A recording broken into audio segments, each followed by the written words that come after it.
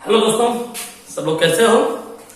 आज देखिए हम आप लोग को एक फिर से नया टॉपिक बताएंगे। दोस्तों आज हम आप लोग को बताएंगे, जैसे कल हम आप लोग को बताए थे उसी से जुड़ा हुआ आज का भी टॉपिक है। दोस्तों कल हम आप लोग को बताए थे कि आखिर कोई भी सेल को, किसी भी सेल को जब हम लोग श्रेणी क्रम में जोड़ते हैं, यदि किसी सेल को हम श्रेणी क्रम में जोड़ते हैं तो जोड़ने के बाद किस स्थिति में लाभ प्राप्त होगा, अन्यथा किस स्थिति में हानि प्राप्त होगा। आज हम लोग इस बात को समझेंगे समीकरण के माध्यम से, आज हम लोग इस बात को समझेंगे फॉर्मूला के माध्यम से। तो चलिए हम लोग आपको फॉर्मूला पर लेकर चलते हैं। दोस्तों सबसे पहले आप गौर से देखिए क्या लिखा हुआ। दोस्तों लिखा हुआ है कि जब बाह्य प्रतिरोध के सापेक्ष श्रेणी क्रम में आंतरिक प्रतिरोध का मान बहुत कम होता है। इसका मतलब क्या हुआ कि हम दो स्थिति लिए। दोस्तों श्रेणी क्रम में, इस बात को समझिए, पहले देखिए मत और उतारिए मत, समझ जाइए। मतलब सेल है, बहुत सारा सेल है, एन सेल है, क्लियर, एन सेल है। अब इस एन सेल को हम जोड़ दिए किस क्रम में बाबू, किस क्रम में जोड़े हैं, श्रेणी क्रम में जोड़े हैं। ठीक है, एन सेल को हम किस क्रम में जोड़े हैं, श्रेणी क्रम में जोड़े हैं। जैसे हम एन सेल को श्रेणी क्रम में जोड़े, अब हमको पता लगाना है कि भाई जब हम बहुत सारा सेल को श्रेणी क्रम में जोड़ दिए हैं तो इसका क्या फायदा होगा, फिर ना क्या फायदा होगा, क्या नुकसान होगा, कब फायदा होगा, कब नुकसान होगा। ये इंपॉर्टेंट टॉपिक है दोस्तों, आप इसको समझिए पहले, है ना। उतारना का काम तो बाद में होगा ही, पहले समझने की क्रिया कीजिए। यदि मान लीजिए कि बहुत सारा सेल है, उसको आप श्रेणी क्रम में जोड़ दिए, ठीक ना। तो जितना सेल हम जो बोल रहे हैं उसको ध्यान से सुनना, जितना सेल आप यूज कीजिएगा, जितना सेल आप यूज कीजिएगा श्रेणी क्रम में 100% उतना उसका आंतरिक प्रतिरोध होगा। मान लीजिए एक सेल है, समझिए मेरी बात को, मान लीजिए एक सेल है तो उसका आंतरिक प्रतिरोध क्या होगा, एक होगा। मान लीजिए दो सेल है तो उसका आंतरिक प्रतिरोध कितना होगा, दो होगा। मान लीजिए तीन सेल है तो उसका आंतरिक प्रतिरोध कितना होगा, तीन होगा। मान लीजिए एन सेल है तो उसका आंतरिक प्रतिरोध कितना होगा, एन होगा, क्लियर है ना। तो बहुत सारा सेल लगा दिए तो उसका आंतरिक प्रतिरोध भी बहुत सारा होगा, लेकिन बाह्य प्रतिरोध एक रखे हैं। दोस्तों कल के फिगर में आप देख सकते हैं बाह्य प्रतिरोध को हम लोग एक रखे हैं।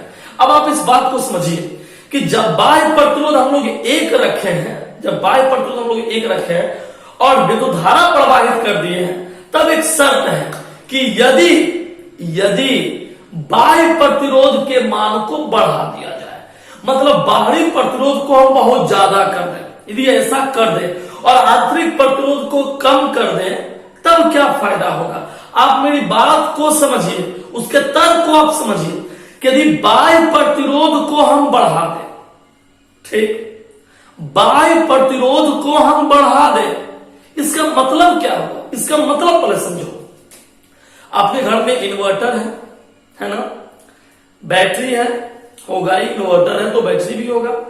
मान लीजिए आप खरीद कर लाए, ठीक ना। दुकानदार आपसे कहा कि भाई देखो जितना बड़ा बैटरी है उसमें आप एक बार में 3 बल्ब और एक पंखा यूज कर सकते हैं, क्लियर। 3 बल्ब एक पंखा आप उससे यूज कर सकते हैं।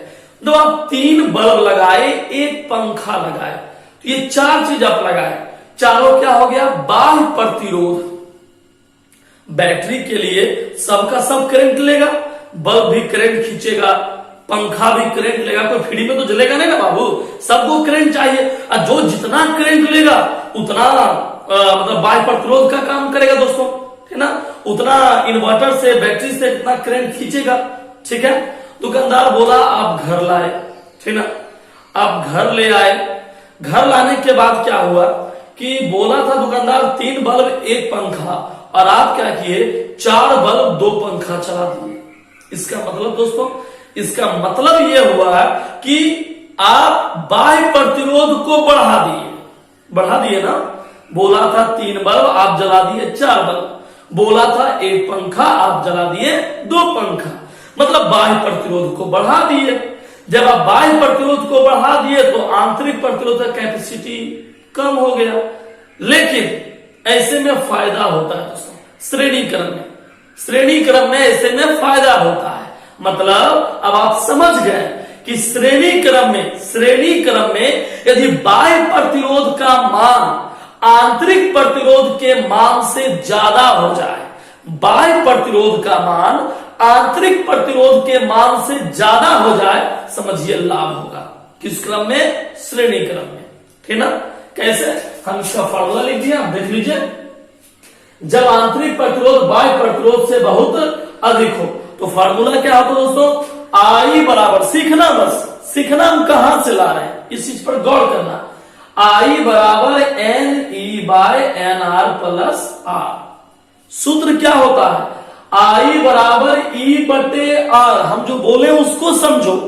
आई बराबर ई बटे आर होता है भी बटे आर, ओम के नियम से। लेकिन यहां पर भी के बदले ई लिए। ई क्या है? विद्युत वाहक बल। तो ई बटे आर, चूंकि ई जो है जितना अधिक सेल होगा, लिखाए थे फिर भी याद कीजिए, जितना अधिक सेल होगा उसका विद्युत वाहक बल भी उतना ही अधिक होगा, इसलिए यहां पर लग गया एन। ठीक, और जितना अधिक सेल उसका आंतरिक प्रतिरोध भी उतना ज्यादा, तो प्रतिरोध दो गो है, इसलिए लिखिए आर प्लस आर। ठीक है, इसलिए लिखिए क्या? आर प्लस आर, दो गो है, एक कैपिटल आर एक स्मॉल आर। चूंकि स्मॉल आर की संख्या बहुत ज्यादा है इसलिए एन आर कर दिए, कोई प्रॉब्लम नहीं।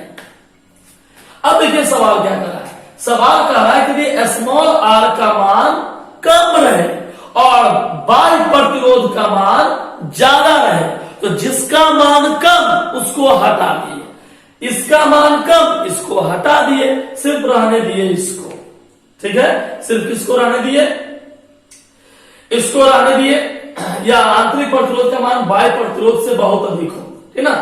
तो आंतरिक प्रतिरोध का मान जब बाह्य प्रतिरोध से बहुत अधिक है तो इसका मान, आंतरिक प्रतिरोध का मान बहुत ज्यादा हो गया है। आंतरिक देखो क्या लिखा है, जब आंतरिक प्रतिरोध बाह्य प्रतिरोध से बहुत अधिक हो तो जिसका मान ज्यादा उसको रहने देंगे, जिसका मान कम उसको हटा देंगे। इसमें किसका मान कम है बाबू? इसमें कम है बाह्य प्रतिरोध का मान। बाह्य प्रतिरोध को हटा दिए, बच गया N E by N R, N से एन कट गया, बच गया आई बराबर ई बटे आर। इस स्थिति में आपको नुकसान होगा, मतलब आप समझ गए, फायदा भी आप ऊपर को लिख दिए, नुकसान भी आपको लिख दिए, ठीक ना। यदि आपसे पूछे कि श्रेणी क्रम में, अब मेरी बात को आप समझिए, श्रेणी क्रम में किस स्थिति में लाभ होता है सेलों को जोड़ने पर और किस स्थिति में हानि होता है, आप क्या बोलेगा? श्रेणी क्रम में यदि बाह्य प्रतिरोध का मान ज्यादा हो जाए तो लाभ होगा। क्लियर? श्रेणी क्रम में यदि आंतरिक प्रतिरोध का मान ज्यादा हो जाए तो हानि होता है। समझ में आ गया दोस्तों? इसी का अपोजिट होता है समांतर क्रम। तो चलिए हम आप लोग को अब समांतर क्रम पर लेकर चलते हैं, उससे पहले आप इस टॉपिक को उतार लीजिए।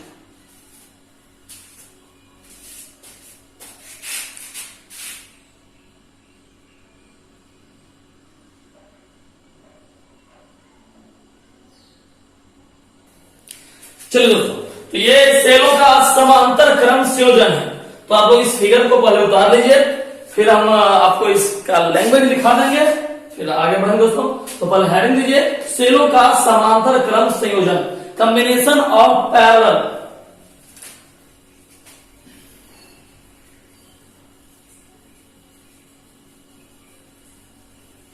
सेलों का समांतर क्रम संयोजन, पैरेलल कॉम्बिनेशन ऑफ सेल।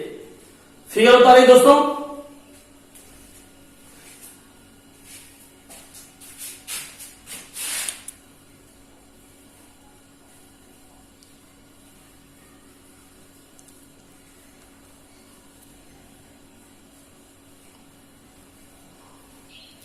चलिए फिगर उतार ले दोस्तों। अब इसका लैंग्वेज लिखा है, तो आप सभी लोग कॉपी कलम खोलिए और फटाक से इसका लैंग्वेज लिखिए दोस्तों, जल्दी लिखिए। लिखिए, माना कि एक समांतर क्रम संयोजन बनाया गया है, एक समांतर क्रम संयोजन का परिपथ बनाया गया है,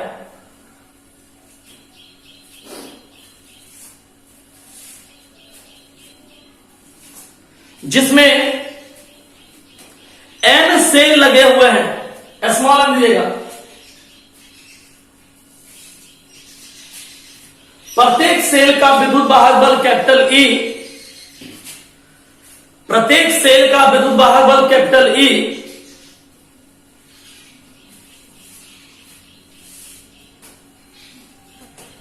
तथा आंतरिक प्रतिरोध स्मॉल आर है, तथा आंतरिक प्रतिरोध स्मॉल आर है।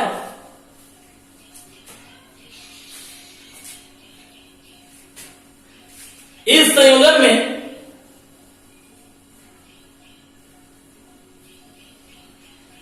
एक बाह्य प्रतिरोध कैपिटल आर है, एक बाह्य प्रतिरोध कैपिटल आर है जिससे आई एम्पियर की धारा प्रवाहित हो रही है, जिससे आई एम्पियर की धारा प्रवाहित हो रही है।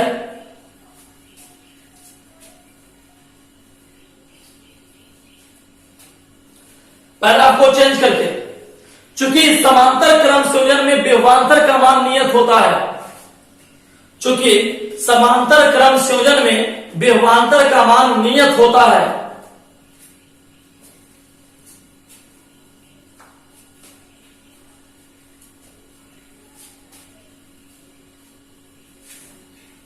इसलिए परिपथ का कुल विद्युत वाहक बल, इसलिए परिपथ का कुल विद्युत वाहक बल कैपिटल ई होता है।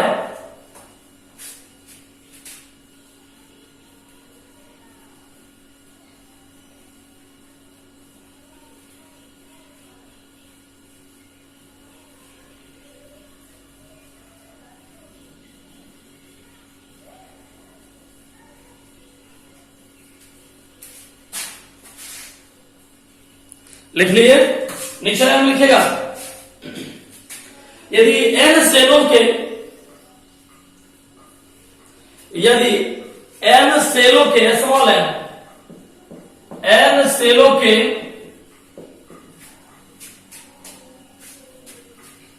आंतरिक प्रतिरोध का, आंतरिक प्रतिरोध का तुल्य प्रतिरोध मान लेते हैं, आंतरिक प्रतिरोध का तुल्य प्रतिरोध आर डैश हो, आर डैश हो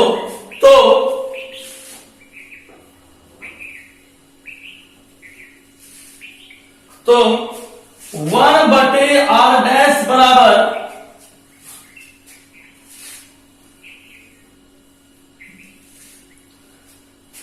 1/r डैश बराबर n गुना, तो सेलों की संख्या n है दोस्तों, n गुना 1/, क्यों किए? क्योंकि आपको पता है समांतर क्रम संयोजन का फार्मूला होता है 1/r बराबर 1/r1 plus 1/r2 plus 1/r3। इसलिए यहां पर लिए तुल्य प्रतिरोध आर डैश, चूंकि आंतरिक प्रतिरोध का तुल्य प्रतिरोध आर डैश हो, तो चूंकि समांतर क्रम संयोजन का फार्मूले होता है दोस्तों 1/r, इसलिए यहां 1/r, n संख्या है तो n गुना 1/r, चूंकि स्मॉल आर आंतरिक प्रतिरोध का यूज हुआ है ना, n गुना 1 n बटे कितना हो गया r, उतार लीजिए इस मान को,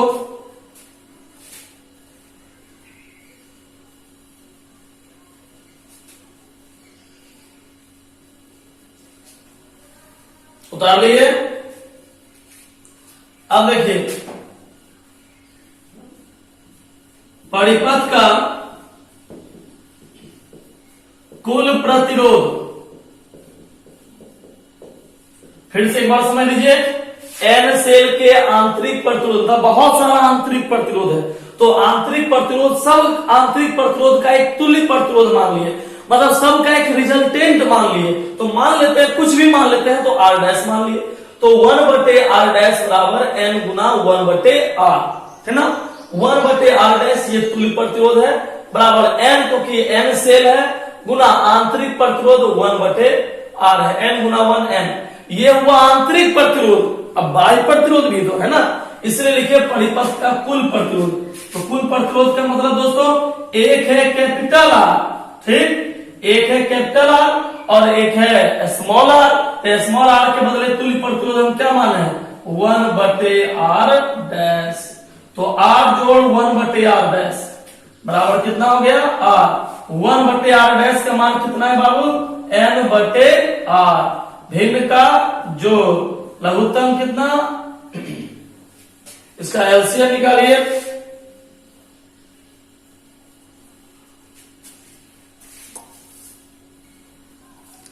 चलिए तो कुल प्रतिरोध एक हो गया R, एक हो गया R डैश, ठीक है, दो है, एक बाह्य प्रतिरोध एक आंतरिक प्रतिरोध R डैश का मान तो 1/r डैश का मान n/r। तो R डैश का मान उल्टा कर दीजिए r/n। भिन्न का जोड़ लघुत्तम कितना हो गया n को आप गुना किए nr अब प्लस स्मॉल r, ठीक है। ये परिपथ का कुल प्रतिरोध हो गया। ये है बाह्य प्रतिरोध, ये बाह्य प्रतिरोध है और ये है तुल्य आंतरिक प्रतिरोध। आप चाहे तो बगल में लिख सकते हैं तुल्य आंतरिक प्रतिरोध, इसे भी ऊपर लिखा हुआ है। तो ये मान आ गया दोस्तों। चलिए आप लोग इसको उतार लीजिए, इस मान को आप लोग उतारिए फटाक से।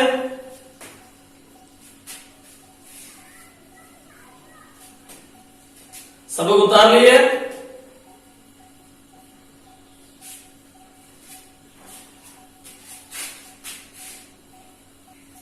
अब देखिए परिपथ में प्रवाहित धारा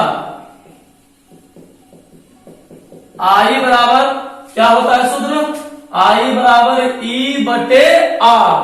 I बराबर E/R। R का मान कुल प्रतिरोध कितना लाए देख लीजिए यहाँ, कुल प्रतिरोध लाए हैं NR प्लस स्मॉल r बटे कितना N। ये कुल प्रतिरोध हम लोग लाए हैं। ये N कहां चला गया ऊपर, क्या हो गया NE/NR प्लस स्मॉल r, यही हो गया I बराबर दोस्तों, ठीक है। अब यहां के बाद जानबे करते हो दो शर्त पर चलेंगे, एक बार स्मॉल r का मान अधिक होगा और एक बार कैपिटल R का मान अधिक होगा। फिर देखेंगे किसमें फायदा है और किसमें नुकसान है। तो पहले आप इसको यहां तक उतार लीजिए, फिर आपको हम फायदा और नुकसान पर लेकर चलते हैं। तो उतार लीजिए दोस्तों फटाक से।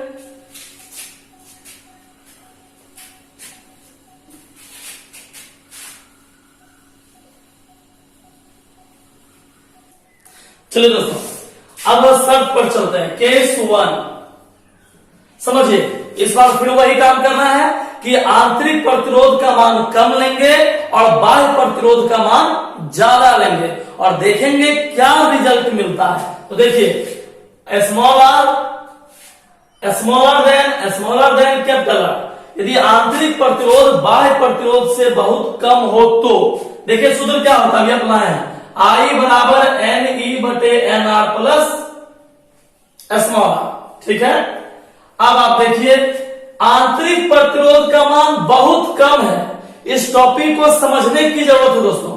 आंतरिक प्रतिरोध का मान बहुत कम है, बहुत कम का मतलब नगण्य है, आप उसको हटा दीजिए, आंतरिक प्रतिरोध को हटा दिए तो क्या बच गया NE/NR, N से N कट गया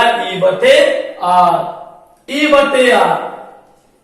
इसका मतलब क्या हुआ कि यदि इस स्थिति रहेगी, ऐसा स्थिति होगा I बराबर E/R होगा तो 100% कोई लाभ प्राप्त नहीं होगा। अर्थात समांतर क्रम में यदि देखो उल्टा हो गया, श्रेणी क्रम में यदि आंतरिक प्रतिरोध का मान कम होता था तो हानि होता था, लाभ होता था, जबकि समांतर क्रम में यदि आंतरिक प्रतिरोध का मान कम होता है तो कोई लाभ नहीं होता। श्रेणी क्रम में लाभ होता है, समांतर क्रम में कोई लाभ नहीं होता है, क्योंकि जानबे करते हो इसे भी श्रेणी क्रम का उल्टा ही होता है समांतर क्रम। तो श्रेणी क्रम में जिसमें लाभ होगा समांतर क्रम में उसमें लाभ नहीं होगा, समांतर क्रम में जिसमें लाभ होगा श्रेणी क्रम में उसमें कोई लाभ नहीं होगा। अर्थात समांतर क्रम में समझो, समांतर क्रम में यदि आंतरिक प्रतिरोध का मान कम रहे तो उस परिपथ में लाभ होता है धारा का, यदि श्रेणी क्रम में आंतरिक प्रतिरोध का मान बहुत कम हो तो समझ लीजिए हानि होता है ना, सॉरी लाभ होता है। अब आप इसको गौर कीजिए, ये केस नंबर 1 रहा, अब जस्ट अपोजिट लेंगे दोस्तों। देखिए दोस्तों, इस बार उल्टा किया गया है। केस नंबर 2, जब आंतरिक प्रतिरोध बाह्य प्रतिरोध से बहुत अधिक हो, तो जानते कर तो आंसर उल्टा हो जाएगा। तब क्या हो जाएगा, आई बराबर एन ई बटे N R plus small R. बाह्य प्रतिरोध का मान बहुत कम है, जिसका मान बहुत कम है उसको आप हटा दीजिए, बच गया एन ई बटे स्मॉल आर। जब ऐसा स्थिति होगा तब समझ जाइए कि इस स्थिति में क्या प्राप्त होता है, लाभ प्राप्त होता है। चलिए, तो इस टॉपिक को आप उतार लीजिए।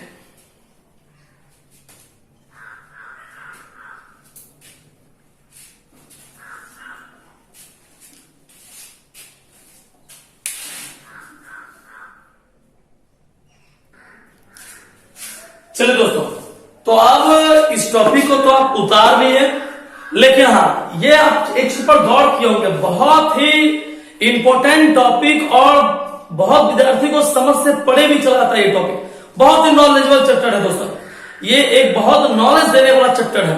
तो हम एक बार आपको फिर से रिपीट कर देते हैं ताकि आप लोग फिर से समझ जाइए कि क्या था इस टॉपिक में। सबसे पहले दोस्तों सेल है, ठीक ना। सेल को हम लोग दो स्थिति में जोड़े, ठीक है, एक जोड़े श्रेणी क्रम में और एक जोड़े समांतर क्रम में। क्लियर है दोस्तों, सेल है, सेल को हम लोग एक सीरीज कॉम्बिनेशन में जोड़े और एक पैरेलल कॉम्बिनेशन में जोड़े। यहां तक क्लियर है आप लोग को। दूसरी बात दोस्तों कि हम जब सेल को सीरीज कनेक्शन में जोड़े, श्रेणी क्रम संयोजन में जोड़े, तो जोड़ने के बाद यह देखे कि आखिर दो स्थिति बन रहा है। जब किसी सेल को हम जो बोल रहे हैं उसको बड़ा ध्यान से आप समझिए, ये फिजिक्स है दोस्तों, ये कोई आपका आर्ट्स पेपर या कोई अदर सब्जेक्ट नहीं है कि बस सुने और कंफर्म हो गया, नहीं। या सुनने से याद होता तो हम भी कहीं के इंजीनियर ही होते दोस्तों, ठीक ना। ये बात आप भी दिमाग में रखिए, समझिए पहले इस चीज को कि सेल है, सेल को हम लोग श्रेणी क्रम में जोड़े। क्लियर है ये बात। जैसे ही किसी सेल को हम श्रेणी क्रम में जोड़े तो भाई दो स्थिति आ गया, ठीक ना। दो स्थिति आया, एक स्थिति आया कि भाई सेल हम बहुत सारा जोड़ रहे हैं, तो बहुत सारा जोड़ रहे हैं तो उसका आंतरिक प्रतिरोध भी बहुत सारा होगा, सीधी सी बात है। जितना ज्यादा सेल उसका आंतरिक प्रतिरोध उतना ज्यादा होगा, एक चीज। दूसरा कि इस परिपथ में एक बाह्य प्रतिरोध भी लगाया गया है ना, इस परिपथ में एक बाह्य प्रतिरोध भी लगाया गया दोस्तों। अब आप इस टॉपिक को आप समझिए कि इस सेल में एक बाह्य परिपथ भी, बाह्य प्रतिरोध भी लगाया गया है। अब इस टॉपिक को आप समझो। कहा गया दोस्तों कि जब किसी सेल को श्रेणी क्रम में जोड़ा जाए और पहला स्थिति कि उसका आंतरिक प्रतिरोध का मान कम किया जाए, आंतरिक प्रतिरोध का मान कम कर दिया जाए। कौन क्रम में होगा, श्रेणी क्रम में। हम जो बोले हैं सुनना, जब श्रेणी क्रम संयोजन में, ठीक ना, बहुत सारा सेल जोड़ दिया जाए, क्लियर, और उसके आंतरिक प्रतिरोध का मान कम कर दिया जाए, तब जानते हैं लाभ प्राप्त होगा। अब सवाल आता है कि सर जी कैसे कहेंगे, हमको कैसे पता चलेगा कि लाभ प्राप्त होता है। ये जानना होगा ना कि आखिर हम कहें आंतरिक प्रतिरोध का मान कम कर दिया जाए तो लाभ होगा। सवाल है कैसे। बहुत मजेदार टॉपिक है दोस्तों, समझिएगा। मान लीजिए आपके घर में बैटरी लगा हुआ है और वो बैटरी में मान लीजिए उसके अंदर में प्रॉब्लम आ गया। मान लीजिए बैटरी के अंदर बहुत सारा प्लेट्स लगा होता है, जो इन्वर्टर वाली बैटरी है। गाड़ी वाला जो बैटरी है, ट्रक में, ट्रैक्टर में, स्कॉर्पियोज में, जो बड़ी बड़ी गाड़ियों में बैटरी लगा होता है, तो उसके अंदर देखो ना जहां लोग पानी डालते हैं प्लेट लगा होता है। मान लीजिए किसी कारण बस प्लेट टूट गया अंदर में या कुछ प्रॉब्लम आ गया, जो भी प्रॉब्लम आया, इसका मतलब आंतरिक प्रतिरोध का मान क्या हो गया, बढ़ गया।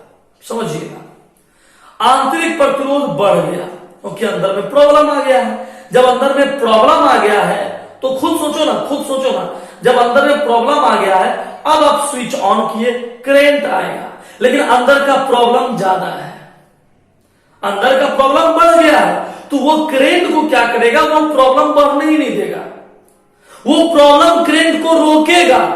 समझ रहे हो मेरी बात को? मेरी बात को समझो कि मान लीजिए आपके घर में बैटरी है। अच्छा एक बात बताइए, एक बात आप बताइए, आप टॉर्च वाला, पुराने जमाने में तो है नहीं, फिर भी कुछ लोग के पास होगा, पुराने जमाने में लोग बड़ा बड़ा टॉर्च का इस्तेमाल करते दोस्तों। टॉर्च में मोटा मोटा बैटरी नहीं, इतना बड़ा बड़ा निप्पो का, एवरेडी का, बहुत सारा बैटरी तो वो लगाते थे। उसमें कागज वाला भी वो बैटरी आता है दोस्तों, आप लोग देखे होंगे, ठीक ना। यदि वो आप क्या कीजिए, नया बैटरी लाइए, कागज वाले को 1 मिनट या 30 सेकंड पानी में डुबा दीजिए, ठीक ना। समझिएगा मेरी बात को, सिर्फ समझाने के लिए आपको बता रहा है।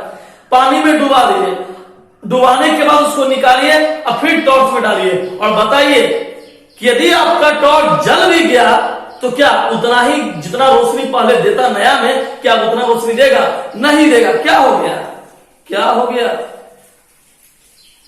प्रॉब्लम कहां आ गई?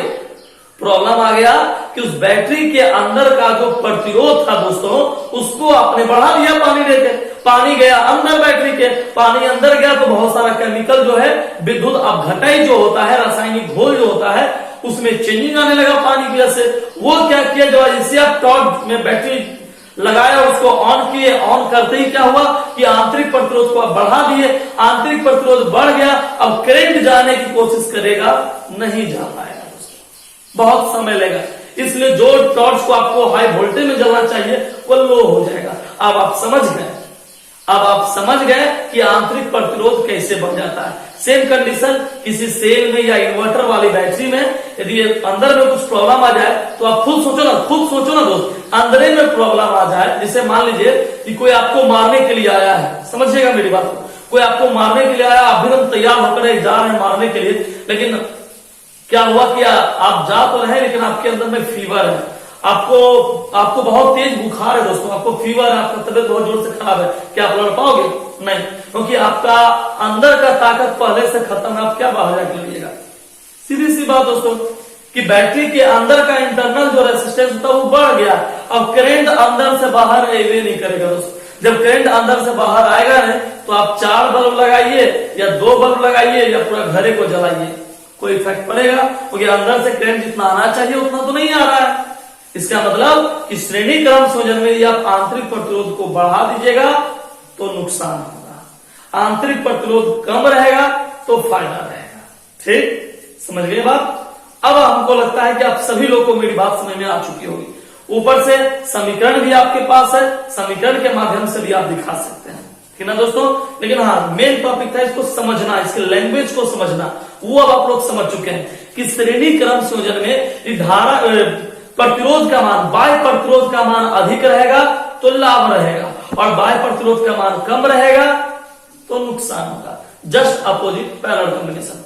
समांतर क्रम संयोजन में दोस्तों यदि उल्टा होता है, समांतर क्रम संयोजन में यदि आंतरिक प्रतिरोध को बढ़ा दीजिए तो फायदा होता है, ठीक ना, जबकि बाह्य प्रतिरोध को बढ़ा दीजिए तो नुकसान होता है। ये टॉपिक आप लोग चाहे तो इतनी बार बोले हैं, आप लोग लिख भी सकते हैं समझने के लिए। इतना जो आपको हम समीकरण बताए सिर्फ समझने के लिए, तो आपको समीकरण के माध्यम से भी लिखा दिया, आप उसको भी एक बार फिर से देखिए कैसे कैसे क्या लग रहा है ना। और लैंग्वेज जो हम बोले उसको ध्यान से 2-3 बार मोबाइल में सुनिए, आपको पूरा कंठस्थ याद हो जाएगा दोस्तों, ठीक ना। आप 2-3 बार इसको रिपीटेशन कीजिए, याद हो जाएगा पूरा ये टॉपिक है ना। अब एक छोटा सा बच गया है मिश्रित संयोजन। इसमें कुछ नहीं करना है दोस्तों, इसमें बस दोनों संयोजन को मिला देना है, ठीक ना, और एक छोटा सा फॉर्मूला लिख लेना है, ठीक है। तो हम चलिए आपको एक फिगर देते हैं मिश्रित संयोजन का। चलिए देखिए दोस्तों,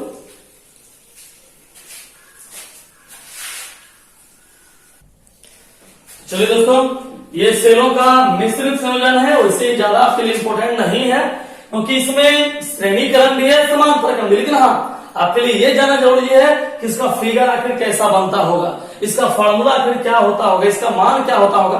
तो हम टोटल से आपको फिगर सहित बना दिए हैं। ये इसमें श्रेणी क्रम भी है, आप देख सकते हैं, और समांतर ये साथ में जुटा हुआ, इसका मतलब श्रेणी क्रम है, और ये देखते हो समांतर क्रम के रूप में भी है।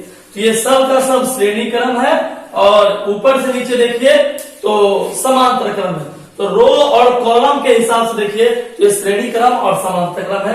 यदि आपसे पूछे मिश्रित संयोजन का फिगर कैसा बनता है तो आप ऐसा फिगर बना सकते हैं समझने के लिए। इसका फॉर्मूला भी हम आपको लिख दिया है ताकि आप इस पर न्यूमेरिकल भी कोई दे दे तो आप बना सकते हैं दोस्तों। इसको फटाक से आप उतार लीजिए। ये टॉपिक आपका खत्म हो गया। उतारिए दोस्तों।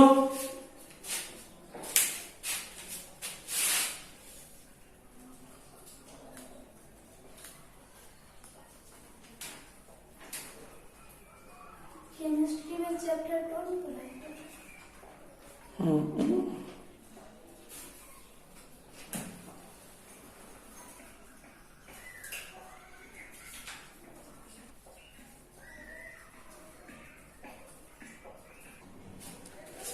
चलिए दोस्तों, अब हम लोग एक और टॉपिक के बारे में जानेंगे जिसका नाम है द्वितीयक सेल। ये सब अभी आप जाने प्राथमिक सेल का है दोस्तों। अब हम लोग जानते हैं द्वितीयक सेल के बारे में, ठीक ना। तो प्राथमिक सेल को आप श्रेणी क्रम में, समांतर क्रम में, मिश्रित क्रम में आप जोड़ लिए। अब थोड़ा सा ही नॉलेज लेना है, क्योंकि आपको जानबे करते हो इसका टॉपिक आपको केमिस्ट्री में भी पढ़ना है। मेरे हिसाब से आप लोग पढ़ भी रहे होगे केमिस्ट्री में या पढ़ लिए होगे, फिर भी जानो विशेष नॉलेज दोस्तों, है ना।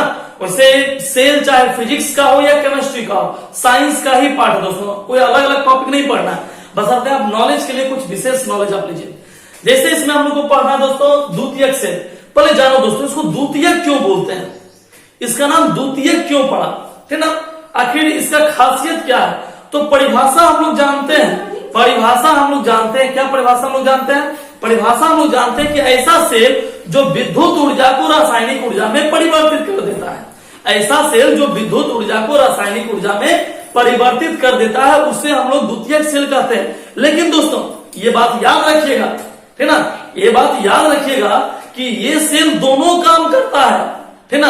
यदि आपके मुंह से गलती से निकल गया कि सर ये रासायनिक ऊर्जा को विद्युत ऊर्जा में परिवर्तित कर देता है, तो ऐसा नहीं कि गलत हो गया, नहीं, इसीलिए तो इसका नाम पड़ा द्वितीयक। ये विद्युत ऊर्जा को रासायनिक ऊर्जा में परिवर्तित करता है और विशेष परिस्थितियों में रासायनिक ऊर्जा को भी विद्युत ऊर्जा में परिवर्तित कर देता है। अर्थात ये दोनों काम करता है। कैसे, सोचो ना कैसे, अब खुद सोचो कि आखिर प्राथमिक सेल ऐसा नहीं कर पाता है, लेकिन ये सेल ऐसा कर पाता है। ऐसा क्यों होता है? तो हम लोग पढ़े दोस्तों, ऐसा इसलिए होता है क्योंकि हम लोग इसको चार्ज कर सकते हैं। ऐसा आप पढ़े हो ना, हम आपको पिछले क्लास में बताए थे कि द्वितीयक सेल को हम बार बार चार्ज कर सकते हैं, है ना। द्वितीयक सेल को हम बार बार चार्ज कर सकते हैं। इसका मतलब क्या हुआ दोस्तों? इसका मतलब हुआ कि इसका बैटरी लॉस हुआ, आप फिर से चार्ज कीजिएगा। मतलब इसमें प्रोसेस दोबारा रिपीट होते रहता है। मतलब इसमें रासायनिक ऊर्जा विद्युत ऊर्जा में कन्वर्ट होता है, फिर विद्युत ऊर्जा भी रासायनिक ऊर्जा में कन्वर्ट होता है दोस्तों। लेकिन हाँ, ज्यादातर होता है विद्युत ऊर्जा रासायनिक ऊर्जा में कन्वर्ट, इसलिए लोग यही डिफरेंशन देते हैं दोस्तों। अच्छा जानते हो, एक चीज सीखो, है ना। बहुत सारे क्या बोले, खैर छोड़ो, लेकिन आप लोग पढ़े होंगे बहुत ज्यादा क्या कि सर जी इसका एक और नाम है ना। जिसे कोई आपको लिखाता है या कोई आपको बता रहा है, कोई आप खुद जान रहे हैं कि भाई द्वितीयक सेल कितने प्रकार के होते हैं। हम भी वही लिखे हुए देखिए, यह 2 प्रकार के होते हैं। कौन कौन? सीसा संचायक सेल और क्षारीय संचायक सेल। ये 2 प्रकार के होते हैं। नंबर 1 सीसा संचायक सेल और नंबर दूसरा है क्षारीय संचायक सेल। कहोगे सर जी अभी आप पढ़ा रहे थे द्वितीयक सेल, तो द्वितीयक सेल का इसमें संचायक कहां से आ गया? यहां होना चाहिए सीसा द्वितीयक सेल और क्षारीय द्वितीयक सेल, होना चाहिए कि नहीं होना चाहिए? फिर यहां संचायक क्यों लिखे? संचायक का मतलब क्या होता है, इस बात को आप समझिए। सब लोग पढ़ लेते हैं कि द्वितीयक सेल 2 प्रकार के होते हैं, ये और ये। तो भाई संचायक नाम कहां से? संचायक तो ही पढ़े नहीं, संचायक क्यों लगा इसमें, जानिए इस बात को। संचायक इसलिए लग गया दोस्तों, संचायक का मतलब क्या होता है आप ये समझ लीजिए। संचायक का मतलब होता है कि जिसमें ऊर्जा संचित रहे। उस संचक नहीं पढ़ते, संचक मतलब जमा करना, है ना। तो जिसमें ऊर्जा संचित रहे। आप मोबाइल के बैटरी को 1 घंटा चार्ज कर दिया, आपका बैटरी फुल हो गया, 5 मिनट भी आप चार्ज किए तो 1-2% आ ही गया। तो हुआ क्या? हुआ आपके बैटरी में, आपका जो बैटरी था उसमें चार्ज जमा हो गया, इसलिए इसको हम लोग बोलते हैं संचायक। यदि आपसे कोई पूछे कि भाई ठीक है हम समझ रहे हैं, संचायक का मतलब होता है ऊर्जा का जमा रखना, ये बात समझ में आ रही है कि संचायक का मतलब होता है ऊर्जा का जमा रखना। लेकिन ये भी जानिए कि आखिर ऊर्जा जमा, कौन सी ऊर्जा जमा रहती है? तो याद रखिए कि विद्युत ऊर्जा, हम जो बोल रहे हैं बड़ा इंपॉर्टेंट लाइन है दोस्तों, आप पढ़िएगा हर जगह, लेकिन ये सब इंपॉर्टेंट लाइन हर जगह नहीं है। यदि आपसे कोई पूछे संचायक क्यों कहते हैं, क्योंकि ये एनर्जी को जमा रखता है, बार बार चार्ज होने के कारण इसके अंदर एनर्जी जमा हो जाता है। कौन सी एनर्जी जमा होता है, इंपॉर्टेंट लाइन, तो आप कहिएगा कि सर जी विद्युत ऊर्जा, कौन ऊर्जा, विद्युत ऊर्जा रासायनिक ऊर्जा के रूप में संचित होता है। यदि आपसे कोई पूछे कि भाई संचायक नाम पढ़ा, इसका मतलब समझ में आ गया कि यह ऊर्जा को संचित करता है। सवाल आया यह कौन सी ऊर्जा को संचित करता है, तो आप कहिएगा कि विद्युत ऊर्जा रासायनिक ऊर्जा के रूप में इस सेल में संचित होता है। इसको आप सेल भी बोल सकते हैं या बैटरी भी बोल सकते हैं, द्वितीयक बैटरी भी आप बोल सकते हैं, ठीक ना। तो समझ में आ गया। अब आपसे पूछेगा संचायक क्यों बोलते हैं, संचायक का मतलब संचित करना, अर्थात इसमें ऊर्जा संचित रहती है। कौन सी ऊर्जा संचित होती है, तो आप बोलिएगा कि इसमें विद्युत ऊर्जा रासायनिक ऊर्जा के रूप में संचित होती है। क्लियर हो गया।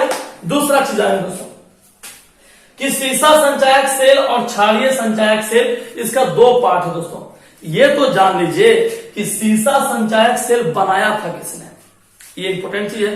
जैसे आप लोग पढ़े ना प्राथमिक सेल में कि प्राथमिक सेल 3 भाग में है, पढ़े कि नहीं पढ़े, आप शुरू में ही आप पढ़ लिए, विशेष नॉलेज उसमें आपको दिए थे, पूरा कंटिन्यू भाषण ही आपको दिए थे कि प्राथमिक सेल 3 भागों में बटा है। पहला वोल्टीय सेल, दूसरा डेनियल सेल और तीसरा शुष्क सेल। आपको हम बताए थे कि वोल्टीय सेल के आविष्कारक थे सबसे महत्वपूर्ण वैज्ञानिक अलेसांद्रो वोल्टा, डेनियल सेल के आविष्कारक थे जेएफ डेनियल, और शुष्क सेल के जो आविष्कारक थे या ड्राई सेल आप बोल सकते हैं, ठीक ना, या फिर लेक्लांसे सेल बोल सकते हैं, तो इसके आविष्कारक थे दोस्तों लेक्लांसे। ठीक उसी प्रकार यदि आपसे कोई पूछे तो अच्छा बताओ तुम पढ़ लिया कि सीसा संचायक सेल, बता कोई तो ऐसा वैज्ञानिक होगा जो इसको सबसे पहली बार बनाया होगा, तो नाम याद रखिएगा। उस वैज्ञानिक का नाम दोस्तों सबसे इंपोर्टेंट नाम है 1860 ईस्वी में। बहुत सारे लोगों का ऐसा मानना है, क्या नाम में क्या रखा है दोस्तों, नाम नहीं होता तो ये आप पढ़ते भी नहीं, ये भी नॉलेज रखिए। आज उसी नाम जो आपको आविष्कार किया उससे आप पढ़ते ना, आप 5, 6, 7 में पढ़ते होंगे आविष्कार क्यों पढ़ते जब नाम इंपोर्टेंट नहीं था तो, ठीक ना। इसीलिए इंपोर्टेंट होता है दोस्तों, ठीक ना, नॉलेज के भी जानना चाहिए, ठीक ना। यदि आपके पूछ लिया, देखो इतना तो सब कोई पढ़ता है, तो आप क्या अलग पढ़े सबसे, इतना तो सबको याद होगा, तो आपको क्या अलग याद है, तो आपको अलग याद है उसका विशेष नॉलेज। आप भी सब की तरह भेड़ बकरी नहीं है कि जो सब खा रहा है हम भी वही, नहीं, आपका नॉलेज अलग होना चाहिए। यदि आपसे पूछा कि सीसा संचायक सेल का आविष्कार किसने किया, आप बोलिएगा कि सीसा संचायक सेल का आविष्कार करने वाले सबसे पहले वैज्ञानिक थे 1860 ईस्वी में वैज्ञानिक आए जिनका नाम था प्लांटे, है ना। याद रखिएगा कि 1860 ईस्वी में एक वैज्ञानिक आए थे जिनका नाम था प्लांटे। सबसे पहले सीसा संचायक सेल के आविष्कारक वैज्ञानिक का नाम क्या था, हुआ प्लांटे, है ना। कितने ईस्वी में, 1860 ईस्वी में। दूसरा क्षारीय संचायक सेल, इसको बनाने वाले एक बहुत बड़े वैज्ञानिक थे दोस्तों, महानतम वैज्ञानिक थे, 1901 ईस्वी में आए थे, है ना। उनका नाम था एडिसन, है ना। तो चूंकि यदि आपसे कोई पूछे कि क्षारीय संचायक सेल का आविष्कार सर्वप्रथम किस वैज्ञानिक ने किया, तो आप कहिएगा 1901 ईस्वी में। क्या वैज्ञानिक का नाम था, एडिसन। तो एडिसन ने क्षारीय संचायक सेल का आविष्कार किया। जानबे करते हो कि एडिसन ने बल्ब का आविष्कार किया था, तो उसके लिए सेल का होना तो आवश्यक है। तो क्षारीय संचायक सेल का आविष्कार किसने किया था, 1901 ईस्वी में हुआ एडिसन।